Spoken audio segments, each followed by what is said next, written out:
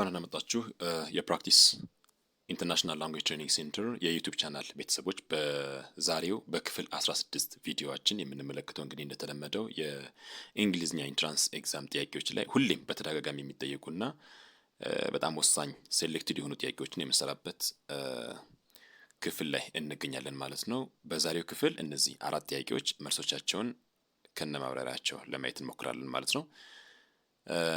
የመጀመሪያው ጥያቄ you can hear everything what is going on next door as the walls are paper dash a thin b wide c long d tall። አሁን እዚህ አባባል የተመለከተ ጥያቄ ነው የተጠየቀው እና ቀጣይ እኮ ዶር ላይ የሚባለውን ወይም ደግሞ ጎረቤት ላይ የሚባለው ነገር አንድ በአንድ መስማት ይችላል። ለምን ቢባል ወሉ ወይም ደግሞ ግድግዳው ፔፐር ዳሽ ልክ እንደ ፔፐር ምን የሆነ ነው የቀጠነ ነው እንላለን። ስለዚህ ፔፐር ቲን ነው የሚባለው።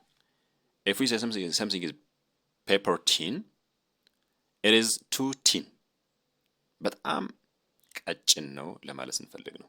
ሁለተኛ ጥያቄ it does not matter what position you hold everyone is dashed to the same laws a object b subject c control d restricted። እዚህ ጋር ትክክለኛ መልሱ ሰብጀክት ነው። ሁሉም ሰው ለህግ ተገዢ ነው ለማለት everyone is subject to the same laws is most appropriate answer። ሌላው he must be dashed from other patient in the hospital because he has a highly contagious disease። ተላላፊ በሽታ ስለያዘው ሆስፒታል ውስጥ ከሚታከሙ ፔሸንቶች ወይም ደግሞ ከታማሚዎች ዳሽ መደረግ አለበት ግድ ይላል። አሁን ትክክለኛ ለዚህ ንግግር የሚያሟላው ቋንቋ የትኛው ነው? ኤ outcast ቢ extracted ሲ eliminated ዲ eradicated ይላል። አሁን እዚህ ጋር eradicated እና eliminated እዚህ ጋር መጠቀም አንችልም። ማጥፋት ማለት ነው። ኮምፕሊትሊ ዲስትሮይ ማድረግ ወይም ደግሞ ማጥፋት ማለት ነው። ኢሬዝ አውት ማድረግ ነው። ይሄ eliminatedም eradicatedም። እዚህ ጋር ግን አንድ ታማሚ ካሉት ሰዎች ከሌሎች ሰዎች ጋር ነጥሎ ማግለል የሚል ሚኒንግ ስለሚኖረው ሁለቱ አያስፈልጉንም። እዚህ ጋር ኤክስትራክትድ እና አውትካስት እናያለን።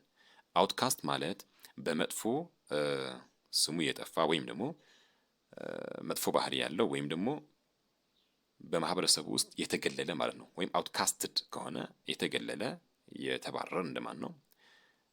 በመጥፎ ስሙ